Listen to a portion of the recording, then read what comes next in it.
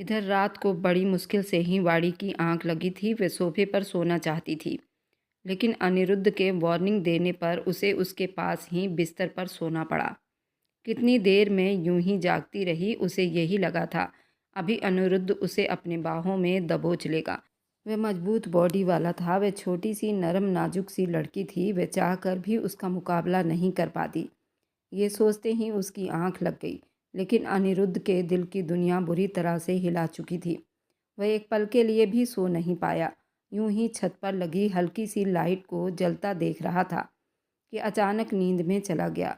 वह उसके और करीब हुई और उसके पेट पर हाथ रखते उसके बिल्कुल करीब हो गई थी। अनिरुद्ध के गले में गिल्टी उभर कर बाहर आ गई थी। वह लड़की बार बार उसका परीक्षा बन रही थी। रह रहकर वह उसको परीक्षाओं में डाल रही थी। वह उसका हाथ पीछे हटाता, जब और नज़दीक होते उसके पास और चिपक जाती। वह उसके नाजुकी को महसूस करते अनिरुद्ध को ठंडी में भी पसीने आने लगे थे। वह किस तरह खुद पर सब्र किए सोए जा रहा था, ये वही जानता था। बहुत आराम से उसका हाथ पीछे हटाया, उससे और चिपक जाती। उसने फिर से उसके सीने पर हाथ रखकर और ज़्यादा उसमें घुसना चाहा। अनिरुद्ध के दिल की धड़कन अचानक तेज हुई थी। अपने माथे पर आया पसीना साफ किया और फिर से उसके बाजुओं को पीछे हटाना चाहा, पर अब की बार वह उसके पेट के निचले हिस्से पर हाथ रखती उसके दुनिया को हिला गई थी। उसके हाथ को थामे वह गहरी सांस भरते उसके तरफ मुड़ा, जो ठंड की वजह से उसके जिस्म की गर्माहट ढूंढते उसमें घुसे जा रही थी। जबकि इतनी ठंड नहीं थी, पर वाड़ी को ठंड कुछ ज़्यादा ही लगा करती थी। अब की बार अनिरुद्ध ने उसके कमर के पास अपनी बाहें फैला दी, उसको अपनी तरफ खींचा। वह सीधा उसके सीने में जा समाई थी। उसे अपने गले से लगाते हुए आंखें बंद किए, उसके बालों में मुंह छुपाते उसके जिस्म से उठती भीनी भीनी खुशबू को महसूस करने लगा। उसकी बाहों का दबाव कम होने लगा। अनिरुद्ध उसको पूरा खुद में लपेट चुका था। उसके जिस्म की नाजुकी को भी अच्छे से महसूस कर रहा था कि वह जरा सा हिली थी, जैसे उसकी सांसें घुटने लगा हो। अनिरुद्ध ने उसके चेहरे की तरफ देखा तो बेकाबू होता उसके पलकों पर होंठ रख गया। वह पूरी जान से कांप उठी थी। उसने नींद से जागने की कोशिश की थी, लेकिन पलकें भारी हो रही थी। अनिरुद्ध ने अपने होठों का दबाव कम किया। वह झट से आंखें खोल गई, लेकिन अनिरुद्ध को झटक ना सकी थी। वो बहुत ही धीरे धीरे उस पर अपना प्यार का दबाव छोड़ रहा था। वाणी के दिल में गुदगुदी सी होने लगी थी। उसके ब्यूटी पॉइंट पर उसने होंठ रखा तो वह पूरे जान से कांप उठी थी। अनिरुद्ध बिल्कुल ही बेकाबू हुआ था। वह जाग गई थी, लेकिन उस वक्त उसके जज्बात बहुत मजबूर हो चुके थे और उसकी वजह सिर्फ खुद वाणी थी, जिसने उसके पास आकर उसके जज्बात को भड़काया था। अब दूरी बिल्कुल भी नामुमकिन थी। वैसे भी उसकी धर्मपत्नी थी, कमसीन हसीन थी, और अनिरुद्ध जो बहुत बॉडी वाला इंसान था, आज तक अपनी मंगेतर को भी कभी बुरी नज़र से नहीं देखा था, क्योंकि वह उसकी पत्नी नहीं थी और ये अधिकार नहीं समझता था। और आज वह अपनी पत्नी पर यह पूरा अधिकार रखते, कैसे वह उससे दूर हो जाता। वाणी की गहरी होती हुई सांस अनिरुद्ध को और भी उस्का रही थी। अपनी कमीज उतारते दूर उछाल चुका था। एकदम से ही उसके होठों पर अपने होठ से मोहब्बत की पहली मोहर की सबूत देते उसके नरम नाजुक होठों की लिपस्टिक को पूरा चबा चुका था। वह दीवाना बनकर उतरा था, अपने होश खोता उस पर बरसता चला गया था। उसकी मोहब्बत से उसने हल्की सी आनाकानी भी की, लेकिन अनिरुद्ध के जज्बात के आगे सारा बंधन टूट चुका था और वाणी ने भी थक हार कर खुद को उसके हवाले सौंप दिया। उसकी मोहब्बत वाणी के दिल में एक ठंडक की फुहार छोड़ रही थी। अनिरुद्ध ने बहुत मोहब्बत और प्यार से उस नाजुक लड़की को समेटा था। वह बहुत नाजुक थी, ये बात अनिरुद्ध को शादी की पहली रात में ही मालूम पड़ गई थी। इधर दादी ने आज स्पेशल नाश्ते वगैरह का बंदोबस्त किया था। आज उनके इकलौते लाडले पोते की शादी की पहली सुबह थी। वह कोई कसर नहीं छोड़ना चाहती थी। दादी जी, सब कुछ तैयार है, नौकरानी ने खबर दी। ठीक है, इंतज़ार करो, जब तक वह खुद नहीं आते कोई भी उन्हें जाकर तंग नहीं करेगा, दादी ने अपने रोब और दबदबे में कहा। सुबह सुबह नाश्ते में खास इंतजाम की गई थी। इधर दिव्या, जो सारी रात ही जागती रही, सुबह नाश्ते में खास इंतजाम देखती जल्दी बाहर आई, लेकिन अभी तक उसे मायूसी का ही सामना करना पड़ा था। इधर दरवाजे पर उसे यथार्थ नजर आया तो मुंह बनाती मुंह फेर गई। वह इधर रसोई में कम ही आता था, जब तक कोई ज़रूरी काम ना हो। अभी वह अपने सुदर्शन मामा जी से मिलने उसके स्टडी रूम की तरफ बढ़ गया था। वह अपने रिश्तेदारों की बड़ी दिल से इज्जत करता था। वह भी उसे बहुत चाहते थे, बिल्कुल अपने अनिरुद्ध की तरह। इधर सुबह वाणी की आंख खुली तो उसने खुद को औंधे मुंह लेटे हुए पाया। वह जागी तो उसे अपने पोजीशन का एहसास हुआ। वह अनिरुद्ध के ऊपर लेटी पूरी उसके काबू में थी। उसने उसे बिल्कुल बच्चों की तरह अपने साथ चिपकाया हुआ था, किसी कीमती जौहर की तरह। उसने चकराते सर के साथ उठना चाहा। उसी पल अनिरुद्ध की आंखें भी नींद से जाग गई थी। क्या हुआ मैडम जी? वह उसे अपने बाहों में और ज़्यादा नज़दीक करता, उसका चेहरा अपने पास करता तो वह कहने लगी, चक्कर से आ रहे हैं। अनिरुद्ध जानता था वह नाजुक जान उसको रात भर सहते अब थक चुकी थी। पीछे होते बेड से टेक लगाते, साथ उसका सर अपने सीने पर रखते उसकी सुनहरी बालों में हाथ चलाने लगा। क्यों आ रहे हैं चक्कर? वह शरारती शब्दों में पूछा तो वह जरा सा सर उठाकर उसके तरफ गुस्से भरी अंदाज में देखने लगी। उसके देखने पर अनिरुद्ध ने मुस्कुराते अपनी होंठ उसके नाजुक होंठों पर रखा और कहा, तुम मेरी ज़िंदगी का सबसे खूबसूरत हिस्सा हो, जिसने मेरी ज़िंदगी को प्यार से भर दिया है। और उसे अपने सीने पर जोर से दबा लिया। वाणी को अपनी सांसें बंद होती हुई महसूस हुई। उसे उस आदमी के बदलते अंदाज पर हैरानी थी। चलो उठो मैडम जी, जल्दी से नहा लो, वरना मेरा दोबारा मूड भी बन सकता है, फिर तुम रो दोगी। वह उसके माथे पर होंठ रखकर उसे अपनी बाहों में भरकर बाथरूम की तरफ ले आया तो वो बौखला गई। उसे बाथरूम के दरवाजे पर छोड़ता वह खुद चुपचाप वापस पलट गया। वह जानता था और ज़्यादा तंग किया तो उसने बेहोश ही हो जाना है। और वाणी इतनी जल्दी उसके छोड़ देने पर भगवान का धन्यवाद कर रही थी, जबकि वह नहीं जानती थी कि अनिरुद्ध ने उसकी नाजुकी का लिहाज करते अपनी मोहब्बत का दबाव थोड़ा उस पर कम किया था। उस पर पूरा निछावर नहीं कर पाया था। जिस दिन उस पर पूरा घटा बनकर छाएगा तो उस दिन वह क्या करेगी? उन दोनों को सीढ़ियां उतरते नीचे आता देख दिव्या ने एक ठंडी आह भरी। वाणी के चेहरे पर शर्मीली मुस्कान और निखरा निखरा सा जिस्म पर अनिरुद्ध की शॉल लिपटी हुई थी। वह हर राज को फाश कर रहा था। दूसरी तरफ अनिरुद्ध की आंखों में इतनी मोहब्बत भरी थी, उस पर ही टिकी हुई थी। वह एक एक कदम चलती हुई डाइनिंग टेबल की तरफ बढ़ी थी और सब बड़ों का पैर छूते आगे बढ़ी और फिर दादी के पैर छुए, उनके पैर दबाए। उन्होंने उसे ढेरों आशीर्वाद दिया। अपनी मनमोहिनी बहू का माथा चूमती उसे अपने सीने से लगा लिया। अपने पोते के चेहरे पर खुशी और वाणी का सरमाया सरमाया अंदाज वह देखती अब समझ गई थी कि दोनों ने एक दूसरे को अपना लिया है। अनिरुद्ध ने भी आगे बढ़कर दादी का बहुत सारा आशीर्वाद लिया और उसी वक्त संतोषी देवी सुदर्शन भी वहां आ पहुंचे थे। वाणी ने उनका भी पैर छुआ था, उनके आशीर्वाद लिए थे। वह खुशी दिल से अपनी बहू को आशीर्वाद देते और वह सभी का बहुत मान सम्मान कर रही थी और सभी उसे बहुत मोहब्बत से पेश आ रहे थे। वह खुद हैरान रह गई थी। इतनी इज्जत, इतना प्यार उसने सोचा ही कब था। फिर नाश्ते पर इतना सारा सामान देखती उसकी आंखें भीगने लगी। माँ आप नाश्ता करो, धीरे से कहते। उसका हाथ दबाया तो वाणी का दिल उछलकर गले में आया था। वह आदमी तो किसी का लिहाज नहीं कर रहा था। वाणी ने एक नज़र मुंह फेर कर उसे देखा, जो उसी के तरफ ध्यान दिए हुए था। आईब्रो उचकाते उससे पूछा, क्या हुआ? वह तो नज़रें झुका गई। अनिरुद्ध के चेहरे पर, खासकर उसकी गहरी ब्राउन आंखों में देखने की चाहत अपने अंदर पैदा न कर पाई। नाश्ते के बाद सुदर्शन ने सबसे कह दिया था, जिसने दिव्या के सर पर बम फोड़ा था। आज रात अनिरुद्ध और वाणी के रिसेप्शन पार्टी में आप दोनों की शादी कर दी जाएगी। ये सुना था कि दिव्या के चेहरे का रंग उड़ा था। उसे विश्वास नहीं हुआ था उसके साथ उसके बड़े इतना जुल्म करेंगे। उसका जी चाहा इस शादी के लिए मना करे, रोए, चीखे, चिल्लाए। लेकिन जब किसी के सामने एक बार फैसला हो जाता है वो फिर कभी नहीं बदला जाता। सुदर्शन ने उसे अनिरुद्ध के किस्मत से हटाकर यथार्थ के किस्मत में लिखवा दिया था।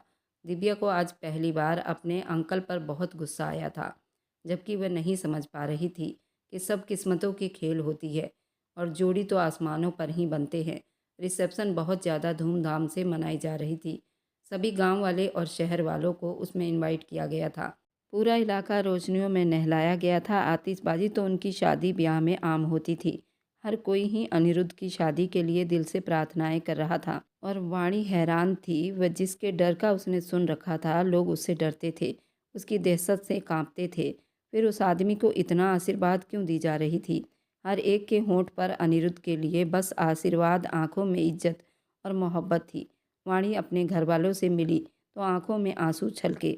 बेटा, अभी आपको अपने पापा का ये फैसला गलत लग रहा होगा, लेकिन वक्त आने पर आप खुद कहोगी, पापा ने आपके लिए अनिरुद्ध को चुनकर बहुत अच्छा फैसला किया। एक वही आदमी है जिसके नाम के साथ आपका नाम जोड़कर तुम्हें सुरक्षित किया जाता है। अब कोई आपके किरदार पर कोई बात नहीं कर सकता और बात करने से पहले 100 बार सोचेगा। माँ की बातें सुनती वह लड़की दर्द से उन्हें देखने लगी। क्या मेरे किरदार की रक्षा के लिए मेरे माँ बाप का नाम काफ़ी नहीं था? उनके कहे गए शब्दों पर वाणी उन्हें हैरान होते देखने लगी। क्या उसके पापा अकेले नहीं थे अपनी बेटी को सुरक्षित करने के लिए अनिरुद्ध के साथ शादी करनी पड़ी? ये सवाल उसके दिमाग में उलझन मचा रहे थे। बाप किसी मजबूरी में आकर डगमगा भी सकता है। अब उनके कंधे बेटी के नाम पर उठ सकते थे तो झुक भी सकते थे। हर बाप के साथ ही ये होता है, कभी वक्त के हाथों मजबूर होकर, कभी दिल के हाथों। पर एक पति जितनी मर्जी मुश्किल में क्यों ना हो, एक बार आपके साथ खड़ा हो गया तो कोई आंधी तूफान कुछ भी हो जाए, वे आपका साथ कभी नहीं छोड़ेगा। अनिरुद्ध उनमें से एक था। जिस पल तुम्हारा नाम उसके साथ जोड़ा था, अब कोई भी बात करेगा 100 बार सोचेगा, क्योंकि अनिरुद्ध का गुस्सा सभी जानते थे। मुझे विश्वास है कि वे तुम पर भी भरोसा करते हैं। उसके माँ बाप विहान साहब, कल्याणी देवी ने उसे बहुत समझाया तो वह सर झुका गई।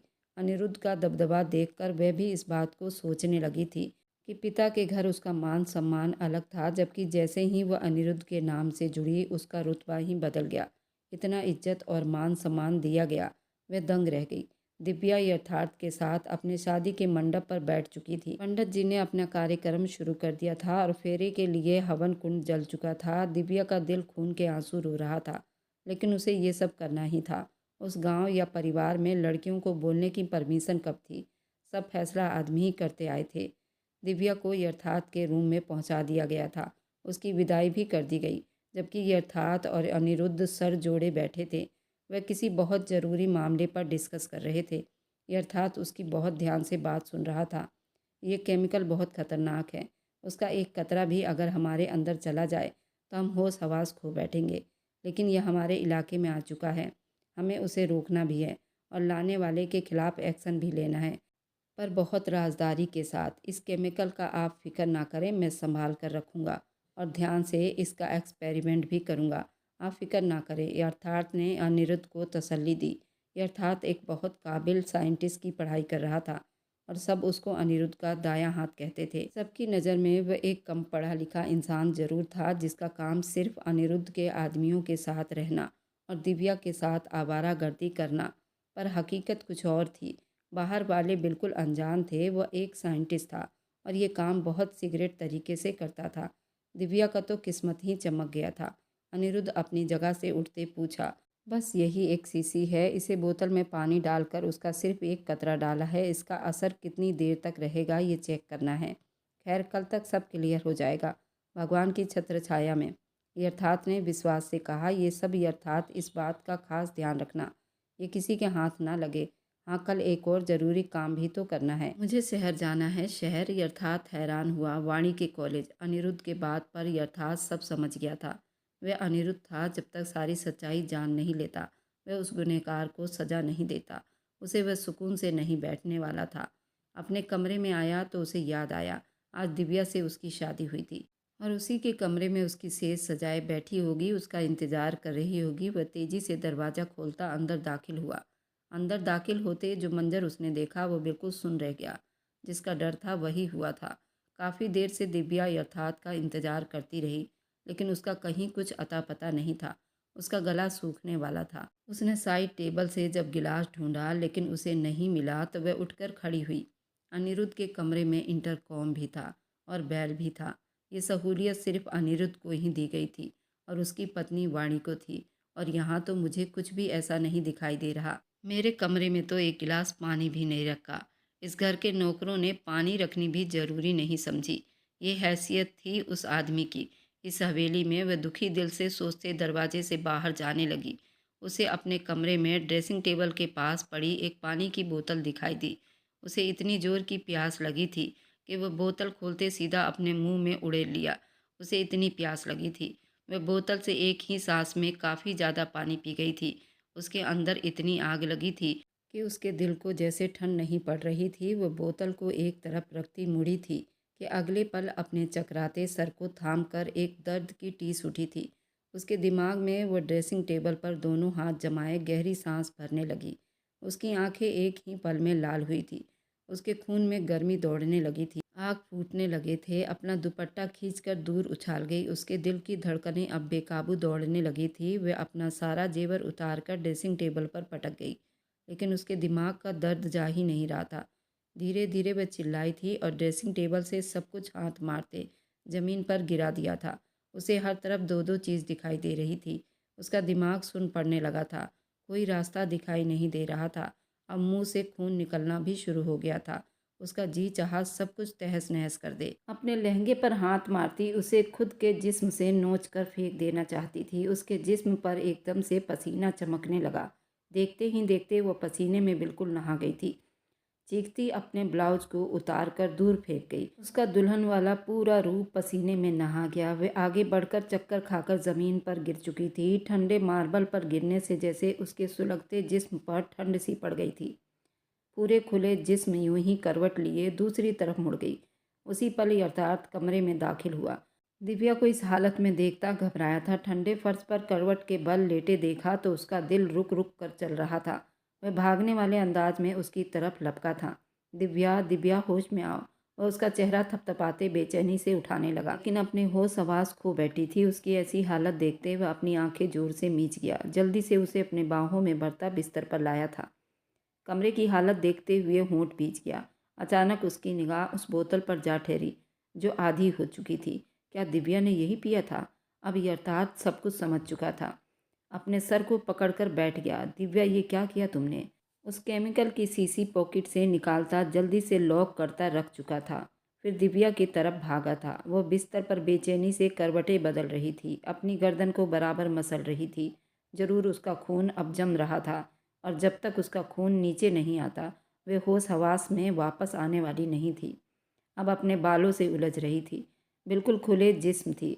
इस वक्त अर्थात खुद पर ही कंट्रोल नहीं रख पा रहा था। हाँ, वह उसकी अब पत्नी भी थी। बड़ी मुश्किल से सब्र किए हुए था। अब और ज़्यादा वह परीक्षा में था। जल्दी से उसको गोद में भरते बाथरूम की तरफ भागा था। दिव्या ने उसके हाथों का प्यार महसूस करते उसके हाथ अपने दिल की जगह पर रखे थे। अर्थात का अपना दिल 120 की रफ्तार में दौड़ने लगा। गहरी सांस भरते उस वक्त वह अर्थात को भी बहका रही थी। यथार्थ के खुद पर सब्र करते उसे बाहों में भरकर अब बाथरूम का मुंह किया था। ठंडे पानी का शावर ऑन करते उसको नीचे खड़ा कर दिया था। एक पल को वह कांपी थी। वहां से हटने लगी, लेकिन यथार्थ ने बाथरूम से निकलने का रास्ता ही बंद कर दिया था। उसे ठंडे पानी से भिगोने लगा। खुद भी गीला होता वह अब पूरा भीग चुका था। उस वक्त एक खूबसूरत बला लग रही थी जिसकी नरम नाजुक धड़कनों को छूने के लिए वो बेचैन हुआ था।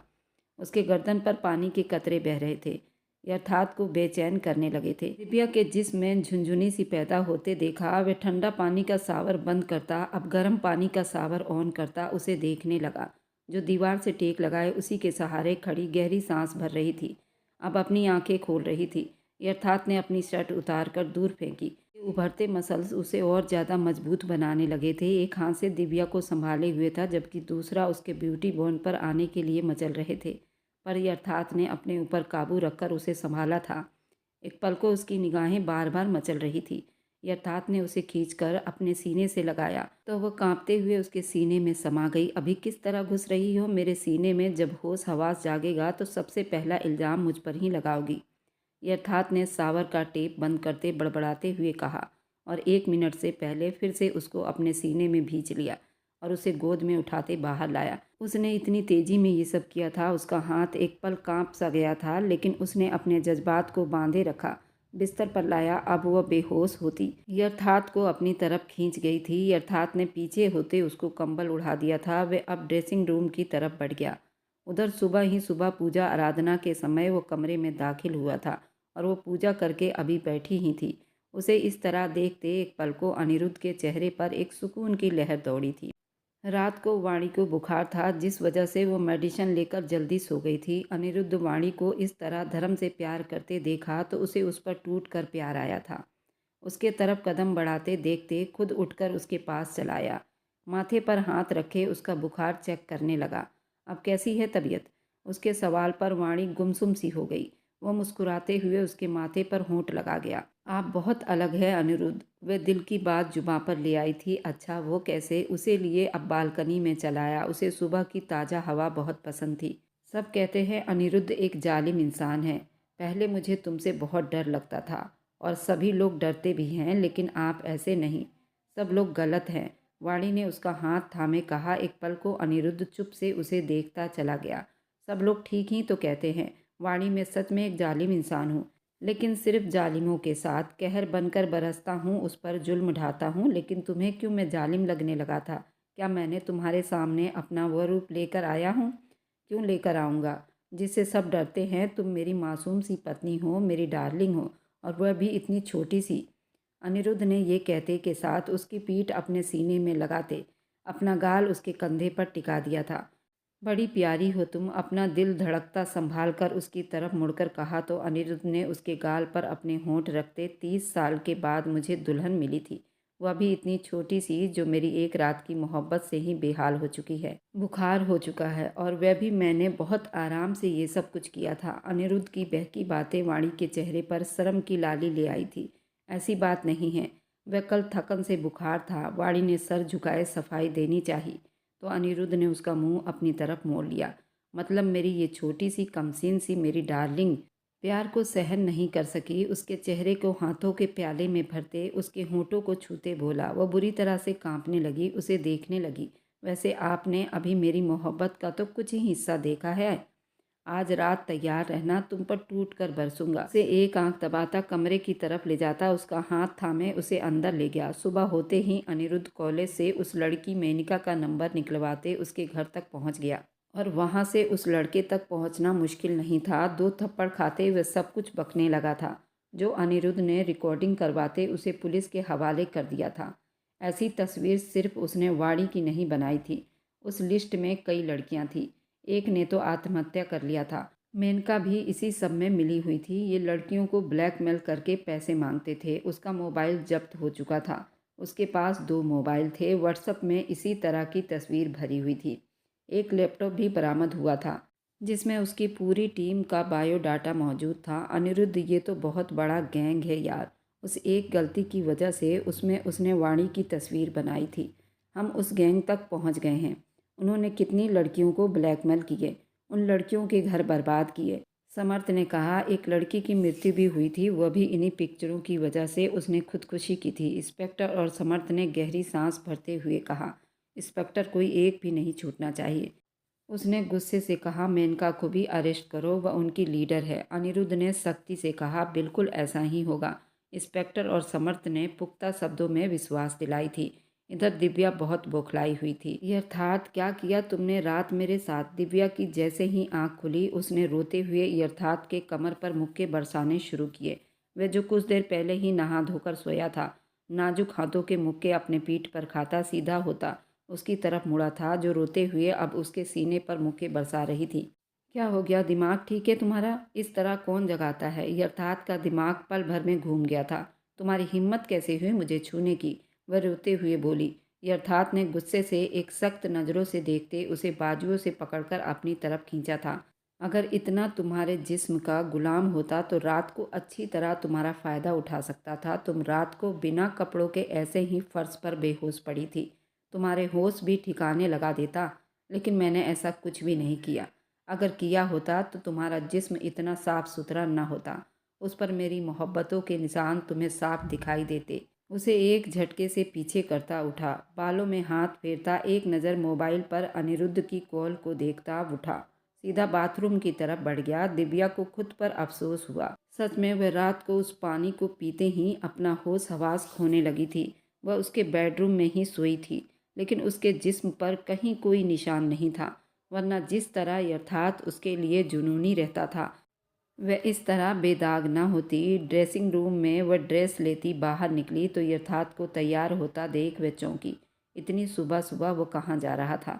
यथार्थ, उसने धीरे से उसे बुलाया। वह उसे नज़रअंदाज करता खुद पर परफ्यूम लगाते चुप था। यथार्थ, सुनो प्लीज़।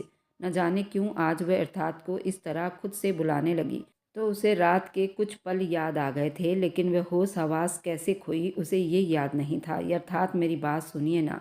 तुम यूँ इस तरह नहीं जा सकते। वह उसके रास्ते में आई। अभी कुछ कहने की हसरत बाकी थी। वह माथे पर बल डाले बोला तो वह उसके गले के पास बाहें जमाए कहने लगी, अर्थात आई एम सॉरी।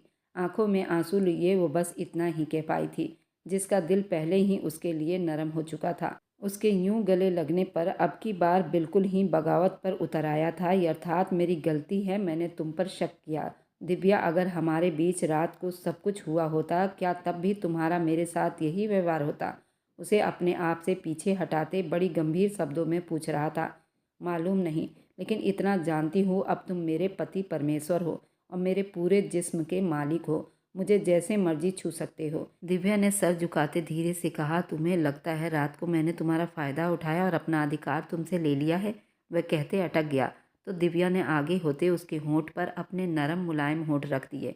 वह सीधा हुआ, तुम्हारा अधिकार है मुझ पर, मैं कभी मना नहीं करूँगी। वह उसके माथे के साथ माथा जोड़कर बोलते शर्मिंदा हुई थी।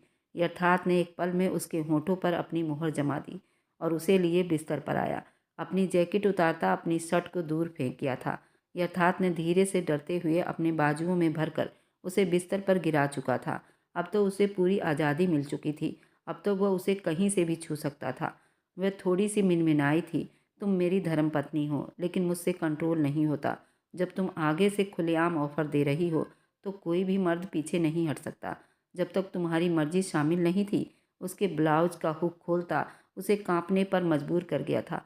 उसका पूरा जिस्म वाइब्रेट कर रहा था, जिस पर यथार्थ बिल्कुल दीवाना हुआ था। ब्यूटी बॉर्न को दोनों हाथों में भरकर अपने होठों से लगा चुका था। बारी बारी दोनों को चूमता दिव्या की सिसियों को तेज किया था। दिव्या ने अपनी आंखें बंद की। उसके बैली बटन पर आते उसे चूमता चला गया। दिव्या सिसकियों के बीच बार बार जोर से आहें भरती। थोड़ी ही देर में दिव्या की चीख तेज हुई थी, जिसे वह अपने गले में ही दबाना चाहती थी। वे दोनों एक हो चुके थे। वे दोनों एक दूसरे को सुकून पहुंचाते। अभी अर्थात शरारत से पूछ रहा था, देखो अब अपने जिस्म को तुम्हें कुछ अलग लग रहा है? हर जगह से लाल पड़ी हो। दिव्या ने मुस्कुराते हुए उस पर मुक्के बरसाने शुरू कर दिए। ये होता है मोहब्बत का निशान। जो तुम पहले मुझ पर इल्ज़ाम लगा रही थी, अब साबित हो गया है। अब इन चादरों को हटा दो। अब तुम कंवारी नहीं रही, अब तुम सुहागन बन गई हो। वह उसकी धर्मपत्नी थी। दिव्या के ऊपर होता उसकी कानों को लौ को चूमते वह पूरा ही बहक गया था। इधर वाणी अनिरुद्ध से पूछ रही थी, आप सच कह रहे हैं? मैं कॉलेज जा सकती हूँ, अपनी आगे की पढ़ाई कर सकती हूँ? वह खुशी के मारे कूद रही थी। उसका खुशी से बुरा हाल था। बिल्कुल जाओगी मेरी कमसिन दुल्हन, मेरी डार्लिंग। अनिरुद्ध ने उसके माथे पर होंठ रखकर मोहब्बत से कहा, मैं डॉक्टर भी बनूंगी ना? अनिरुद्ध ने हाँ में सिर हिलाया। Thank you so much. Aniruddh के प्यार से सीने में समाते दिल से मुस्कुरा दी। अनिरुद्ध ने एक गहरी सांस भरकर कहा, कभी कभी कुछ फैसले काफ़ी मुश्किल हो जाते हैं, लेकिन उन्हें करना ज़रूरी होता है। गांव में केमिकल लाने वाला भी पकड़ा गया था। वह सारे जेल में थे। यथार्थ और दिव्या बहुत खुश थे। इधर अनिरुद्ध और वाणी की प्रेम कहानी भी चरम सीमा पार कर रही थी। आप लोगों को इन चारों की प्रेम कहानी कैसी लगी, मुझे कमेंट में ज़रूर बताना। और मेरी वीडियो आप लोग जहाँ कहीं से भी देखते हैं, कमेंट में अपने शहर और राज्य का नाम ज़रूर बताएं। मुझे आप लोगों के कमेंट पढ़ने में बहुत आनंद आता है और उन सभी का मैं बहुत बहुत धन्यवाद करना चाहती हूँ, जो लोग मेरी वीडियो को देखते हैं, लाइक करते हैं और शेयर करते हैं। अगर आपको आज की कहानी पसंद आई है तो वीडियो को ज़रूर लाइक कीजिएगा और अपने दोस्तों के साथ शेयर भी कीजिएगा। और हाँ, अगर आपने अभी तक हमारे चैनल को सब्सक्राइब नहीं किया है तो ज़रूर सब्सक्राइब कर लें। मिलते हैं हम अपनी कल की एक और नई दिलचस्प कहानी के साथ। मुझ पर सदा अपना प्यार और स्नेह बनाए रखें। सभी को मेरा प्यार भरा नमस्कार दोस्तों। खुश रहें, स्वस्थ रहें, मस्त रहें।